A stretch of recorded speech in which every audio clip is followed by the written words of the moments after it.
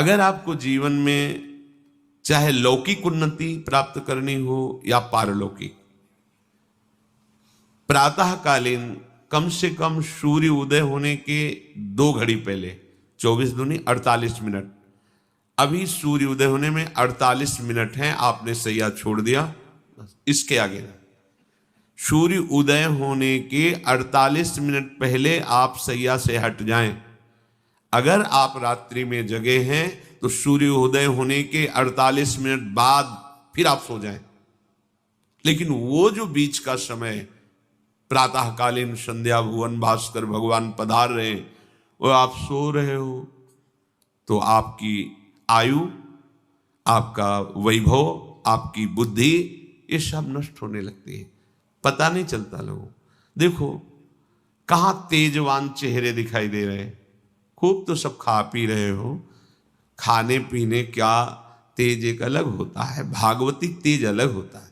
ब्रह्म मुहूर्त में उठे, प्रभु का स्मरण किया, जो 2-4 नाम ही सही, अपने बड़े बुजुर्गों को, गुरुजनों को भावना से प्रणाम किया, और पहली बात शरीर स्वस्थ रखने के लिए गर्म जल किया, हल्का, आधा लीटर से 1 लीटर तक जल पिया, भगवत भाव अर्पित करके वज्रासन में बैठकर। आप लोग दिनचर्या को नहीं करते हैं तो आप ब्रह्मचर्य को पचा नहीं सकते। ध्यान रखना, ब्रह्मचर्य कोई छोटी मोटी शक्ति नहीं है, उसको पचाने के लिए आपकी दिनचर्या दिव्य होनी चाहिए। फिर इसके बाद आप 5 मिनट 10 मिनट टहलिए, फिर सो जाइए।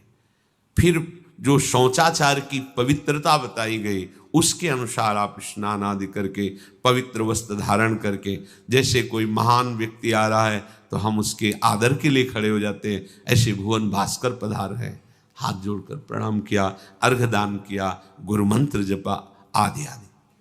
अब पड़े हो आप कि हम तो 2-3 बजे तक जगे हैं, ऐसा अगर आप भजन में जगे हैं तो भी सूर्योदय के समय आप उठ जाइए।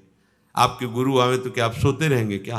तो जगत गुरु हैं भुवन भास्कर, परम ज्ञान स्वरूप हैं, गायत्री छंद रूपी घोड़े हैं इनके रथ के, स्वयं भगवान अरुण देव सारथी हैं, और भगवान पीछे वर्णन किए, मैं ही सूर्य रूप से जगत को प्रकाशित करता हूं और ताप के द्वारा जल को सोख कर मैं ही वर्षा कराता हूं। भगवान का आदर करना। जो सूर्योदय तक सोते हैं उनकी बुद्धि में भागवतिक बातें, अध्यात्म बातें आ जाए, मेरी समझ में नहीं आता। अगर आप थोड़ा भी शरीर स्वस्थ रखना चाहते हैं तो जैसे नियम से भजन वैसे व्यायाम आवश्यक है। सबसे प्रार्थना है, ये दवाइयों के बल पर जीना बंद करो। शरीर में जितनी आवश्यकता जल की है, अगर उतना नहीं जाएगा तो आपकी एसिड बनेगी, फुंसियाँ निकलेंगी, कब्ज बनेगा, कई परेशानी। हम साधुकों को कहते हैं, कभी कभी जैसे पूछते कितना जल पिया, वो अभी तो पिया नहीं। अच्छा, ये शरीर है, ये एक गाड़ी है, कोई सच्चिदानंद नहीं है। उचित आहार, उचित जल, व्यायाम के लिए तो समय नहीं। और भी 10 दिन बीमार पड़ोगे फिर देखो, आप कहते हैं समय नहीं है। हमने अपने बीमार स्थिति की दिनचर्या को बताया, शीतधाम की 2 बजे उठना, जो आपको बोल रहे हैं ऐसे ही दिनचर्या करते, और 45 मिनट व्यायाम, इसके बाद तुरंत प्रणाम करके वृंदावन की परिक्रमा, फिर आके श्री जी की मंगला, फिर आके 9 बजे तक गुरुदेव भगवान की सेवा में, फिर वहां से आके श्री जी का श्रृंगार, फिर भिक्षावृत्ति आदि 12-1-2 बजे तक। कोई चाय, कोई पानी, कोई ऐसा कुछ नहीं कि बाल भोग, कुछ नहीं था ही नहीं। जिंदगी में 100 ग्राम दूध नहीं खरीदा कि भाई हमारा दूध बन, कभी नहीं ऐसा। पर कभी ऐसा महसूस नहीं हुआ कि मैं बहुत कमजोर हूं। ब्रह्मचर्य को पचाने के लिए बहुत शरीर को क्रियाशील होने की आवश्यकता है, या तो प्राणायामों के द्वारा, आसनों के द्वारा। अब ना आसन है, न प्राणायाम है, न व्यायाम है, और फिर क्या, कैसे भावना आपकी भगवत भावना बनेगी? तो एक प्रमाद स्थिति, एक छिन्न भिन्न खिन्न स्वभाव, नहीं बात बनेगी। अध्यात्म का साधक जो होता है, नवीन खिला हुआ कमल जैसा, मुख प्रसन्न तन तेज विराजा, कि इन्हें रामचंद्र कर का कोई असाध्य रोग, कोई बहुत पीड़ा, वो बात अलग है। नहीं तो ऐसा वो जैसे कमल खिला होता है ऐसे खिला रहता है। क्यों? हर समय चिंतन सही, आचरण सही, सब कुछ सही। जो भगवत भावना विहीन जीवन है वो मुर्दा जीवन है। जिन हरि भगति हृदय नहीं आनी, जीवित सब समानते प्राणी। वो जान नहीं रहे, मुर्दे जैसा जीवन है। क्या जीवन का महत्व? वही गंदे भोगों को भोगना, उसी का चिंतन करना, और भोग भोगने वाले शरीर को स्वस्थ रखने के लिए विषय सामग्री इकट्ठी करना, इसके बाद मर जाना। बोलो इसके अलावा और क्या है? ये बनाया वो बनाया वो बनाया, जरा सा हिला पूरा का प्रांत नष्ट हो गया। क्या है इसमें? शाश्वत क्या है? हमें तसल्ली होती है, हमने एक मकान बना लिया, तसल्ली होती, 4 लड़के हो गए और काल का तमाचा लगा पूरा का पूरा सब। क्या तसल्ली? हृदय को तसल्ली तब दो जब नाम चल रहा है, राधा राधा राधा राधा। दिनचर्या ही नहीं बन पा रही है आज के नए समाज की, दिनचर्या ही नहीं बन पा रही, भगवत भावना ही नहीं है। देखो, अगर परिवार में रह करके आप भगवत भावना नहीं करते तो सब परिवार में रहकर आसक्त हैं और सब दुर्गति को प्राप्त होते हैं। जब तक भगवत भावना नहीं है तब तक सब अविधि पूर्वक है। मान लीजिए सब अविधि, विधि भगवत भावना है। कुछ भी, किसी से भी, कोई भी, बस भगवत भाव, वही आनंद का अनुभव हो जाएगा। अतः उनके द्वारा किया गया देवताओं का पूजन मूल में मैं ही हूं, मेरा ही है, पर वो अविधि पूर्वक है। अविधि पूर्वक का तात्पर्य है कि वो ये नहीं जानते कि इस रूप में सर्व सामर्थ्यशाली भगवान ही विराजमान है। कभी कभी मंत्रों का ज्ञान नहीं होता, पूजन की सामग्री शुद्ध नहीं होती, भाव शुद्ध नहीं होता, इसलिए उनका पूजा सेवा आगे चल करके फल प्रदान नहीं कर पाता। प्रभु कह रहे मेरे में रिझाने के लिए किसी पूजा सामग्री की या किसी धन संपत्ति की आवश्यकता नहीं। पिता को बस इतना ही चाहिए कि वो अपनापन करके दौड़ के उनकी गोद में बैठ जाए, बस अपनापन प्रभु को चाहिए।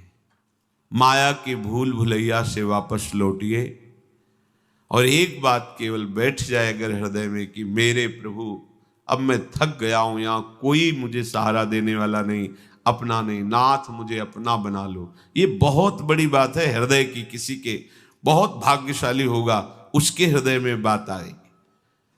प्रभु उसकी रुचि का विषय बन जाते हैं। प्रभु जहां वो ऐसा भावना करता है और उसकी रुचि हो जाती है प्रभु में।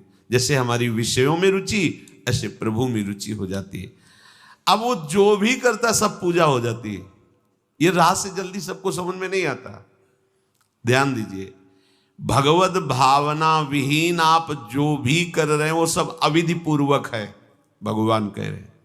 अगर भगवत भावना युक्त है तो जो भी कर रहे हैं सब विधि पूर्वक।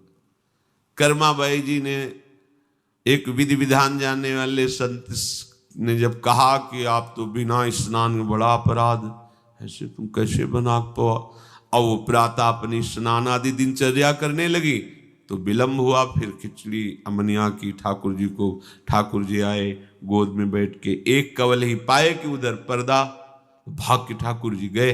खिचड़ी लगी थी, पार्षदों ने कहा जय जय तो अभी भोग ही नहीं पधराया। फिर और बोले कर्मा भाई है ना, वो मुझे भोग लगाती है। और पता नहीं उस महात्मा ने क्या समझा दिया विधि विधान, वो भोरी भारी हमारी भक्ता, वो अब नहाने धोने में समय लगाने लगी, इसलिए आज विलंब।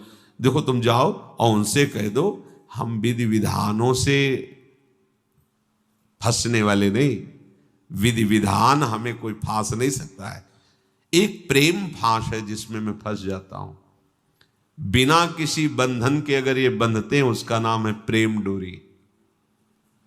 जय श्री भट्ट प्रेम रस बंधन, क्यों छूटे दृढ़ फंद, बसो मेरे नैनन में दो चंद। ये बात सबकी समझ में नहीं आती। जाओ उनको कह दो जैसे वो बनाती थी वैसे ही बनावे। पूरा अविधि है, अगर शास्त्रीय सिद्धांत से दे देखो अविधि है, पर वो महान विधि है जो भगवान को आसक्त कर लिया। कौन सी विधि? मेरे अपने प्रभु, मेरे प्यारे रात में भूखे रहते होंगे, ये भाव। भगवत भाव विहीन जितना जो कुछ आप कहोगे कि कैसे अविधि पूर्वक भगवान कह रहे हैं। देखो, जब मथुरा के ब्राह्मणों को भगवत पार्षद सखाओं ने निवेदन किया कि भगवान श्री कृष्ण और बलराम आज इधर ही गाय चराने आए हैं और वो भूखे हैं, आप थोड़ा सा कुछ भोजन सामग्री दे दीजिए। तो ऐसे देखा कि ग्वारिया है, बात ही नहीं की, अधिकारी ही नहीं समझा, बात का अधिकारी नहीं समझा। ऐसा नहीं कि इनको पता न चला हो कि भगवान का अवतार है, क्योंकि जब भगवान अवतरित हुए तो सबको पता था कि भगवान अवतरित हुए हैं, प्रायः सबको पता था, सबको। जैसे वायु शीतल चलती तो सबके अंगों में लगती है, इसलिए महान प्रकृति उल्लसित होकर नृत्य कर रही थी आनंद में जब भगवान का प्रादुर्भाव हुआ। और उन्होंने बाद में स्वीकार किया कि मैंने महापुरुषों से सुना था कि भगवान पधारे हैं, पर मेरा कितना दुर्भाग्य कि वो स्वयं यज्ञ भोक्ता भगवान आगे जैसे कह रहे, आम ही सर्वयज्ञानाम भोक्ता च प्रभुरेव च, समस्त यज्ञों का भोक्ता मैं हूं। स्वयं समस्त यज्ञों की भोक्ता मांग रहे हैं और वो यज्ञ करने वाले ब्राह्मण अनादर कर रहे हैं। हुई ना विधि, और उन्होंने स्वीकार किया